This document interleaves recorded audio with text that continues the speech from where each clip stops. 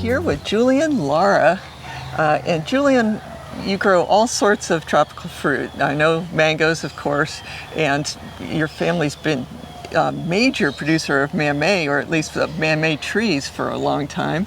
But one of the other tropical fruit trees is the Caimito, and we're standing next to one that is looking very happy, and so I was hoping you could tell us about this particular tree, variety, and whatever. Sure. This is, thanks for coming.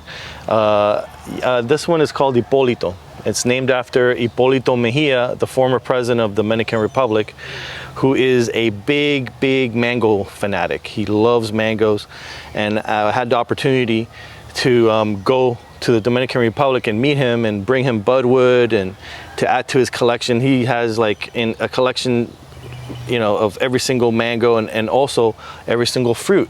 And he had this one in his driveway at his farmhouse in the Dominican Republic, and it was you know, a beautiful tree, and it made the biggest star apples I've ever seen in my life. And I asked somebody to climb the tree, bring me a fruit so I can try it and make sure it's, you know, see how good it is. And, you know, someone went up, got the fruit, brought it down, I tried it, and I was blown away. It was, you know, coconutty, grapey, figgy. It was everything I expected from a good Caimito. So the day before I left back home, I grabbed some budwood, put it in my pocket, forgot I had it in there, went through the airport, went and got home, realized I had it in my pocket, grafted it, and the grafts took. And I couldn't believe that the grafts took, so it was a double miracle here.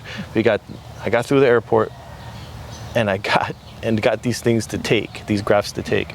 And this was back in the early 2000s, maybe like 2005, 2006.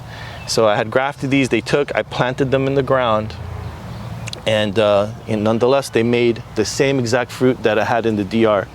It's a green-skinned Caimito, and it goes from green to pink, and to sometimes like from in between pink and green, sometimes they have like a bluish color, which is really interesting. But right now, this one is pink, and it's ready to be picked, and they're humongous. The size of a softball, I would say. Yeah, it is very large. Yeah. So, he's really happy I named it after him, because he feels kind of, you know, a little bit more famous now. Right, yeah. He was pretty famous before that, but yeah, now he gets immortalized with the tropical fruit community. That's so right. That's, that's right. And I've never seen him this nice from anywhere else in Miami. I've always seen green ones, yes, I see plenty of them, but never this big. So it was a great find, and I'm really happy I was able to bring it back and have the success I had when I grafted it and basically preserved it, because I don't even know if that plant still exists. I have to ask. Yeah, that's great. Yeah, it's a really important thing to preserve. You find something good, you know, try to you know, graft it, preserve it, keep it, and give it to as many people as possible, so in case yours die, someone else has it. You know, it could be you, it could be Trek, it could be Fruit and Spice Park, it could be anybody, you know, as long as this tree doesn't go extinct. Yeah, absolutely. Yeah. All right.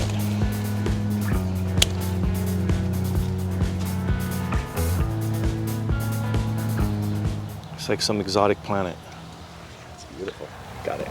All right, so let's cut it through the equator so we can see why they call it star apple.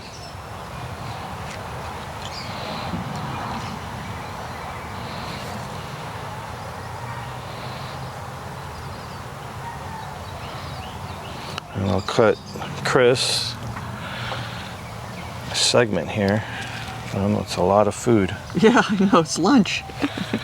And then, I don't know if you want to borrow my knife. You good like that?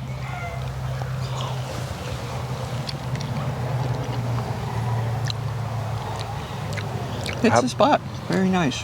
Have that coconut flesh, that gooey coconut flesh feeling and taste, and I also get the fig taste and the fig fiber and the grape flavor too.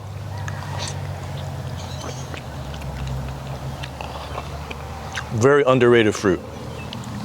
Well, I think a lot of people just don't know about it. That has a 'Cause lot it of has- truth, yeah. It has a lot of fans, but it's just that a lot of people don't know. There's a lot of fans for those who know about it, that grew up with this in their country. Could be in Asia or could be here. Asia, I mean South Pacific, you know. But in the Caribbean, this is native to the Caribbean, to, you know, Cuba, Jamaica, Dominican Republic, Haiti. This is a staple fruit over there. And here in Miami, it hasn't been well adopted for some reason. I mean, it's well adapted to the climate down here in South Florida.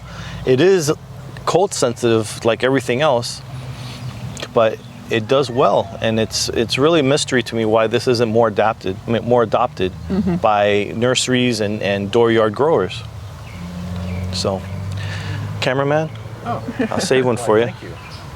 Cameraman's happy. Could you cut this one just because I think the star pattern will be more Prevalent, yeah. Yeah, it's hard with the white on white. Yeah. Well, here's the purple. Kind of looks like a mangosteen. It does. Very similar. Lovely.